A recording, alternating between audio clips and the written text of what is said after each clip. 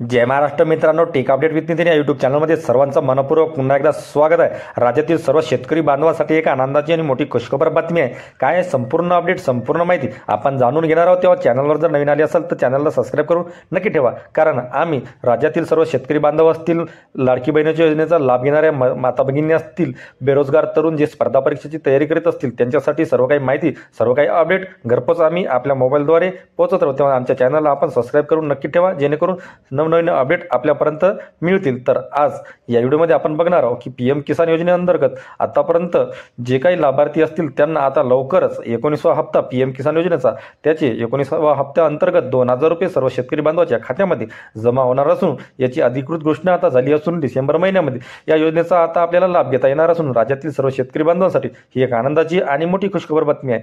केंद्र सरकारची एक प्रमुख योजना म्हणजेच पीएम किसान योजना जे वर्षाला 6000 रुपये देते त्याचे एकूण 18 हप्ते आतापर्यंत मिळाले असून 19वा हप्ता आता लवकरच सर्व शेतकरी बांधवांच्या खात्यामध्ये जमा होणार असून बरेच दिवसापासून आतुरतेने वाट पाहणाऱ्या सर्व शेतकरी बांधवांसाठी एक आनंदाची आणि दिलासादायक बातमी आहे। तसेच राज्यातील शेतकऱ्यांसाठी अजून एक महत्त्वाची बातमी की आता माहिती सरकार स्थापन झाली असून माहिती सरकार पूर्णतः स्थापन झाल्याच्या नंतर, मंत्रिमंडळ स्थापन झाल्याच्या नंतर सर्व शेतकऱ्यांना महायुती सरकारतर्फे खुशखबर मोठी बातमी अशी मिळणार आहे की त्यांना सुद्धा मुख्यमंत्री सन्मान निधीचे 2000 रुपये मिळणार असून 2 अधिक केंद्राचे 2 एकूण 4000 रुपये येत्या डिसेंबर महिन्यामध्ये सर्व शेतकरी बांधवांच्या खात्यामध्ये जमा होणार आहे। तरी ज्या शेतकरी बांधवांना 18व्या हप्त्यामध्ये काही अडचणी आल्या असतील किंवा त्यांना पैसे मिळाले नसतील, त्यांच्या खात्यासंबंधी काही अडचणी असतील तर त्यांनी आपल्या बँकेशी त्वरित संपर्क करावा आणि अपडेट करून घेणे महत्त्वाचे आहे। जरी केवायसी पेंडिंग असेल तर ते सुद्धा करून घेणे महत्त्वाचे आहे, कारण दरवेळी प्रत्येक महिन्याला शासन नवनवीन नियम आणत असतात, त्यामुळे आपल्याला प्रत्येक वेळी काही ना काही अडचणी येतच असतात। तर ज्या कोणत्या शेतकरी बांधवांना मागचा हप्ता मिळाला नसेल किंवा काही जणांना एकूण हप्तेच मिळाले नसतील, काही जणांना 18 हप्ते मिळाले तर काही ना कमी हप्ते मिळाले, कोणाला 2 हप्ते, कोणाला काही व्यक्तींना 3 हप्ते, असे एकूण 2 ते 3 हप्त्याचे इथं डिफरन्स आपल्याला आपण बघू शकतो। बरेच लोकांना 2 ते 3 हप्ते मिळालेच नाही आहे। तर एकूणच संपूर्ण अपडेट आपल्याला करणे महत्त्वाचे आहे, आपले खातेसंबंधी अपडेट करणे महत्त्वाचे आहे।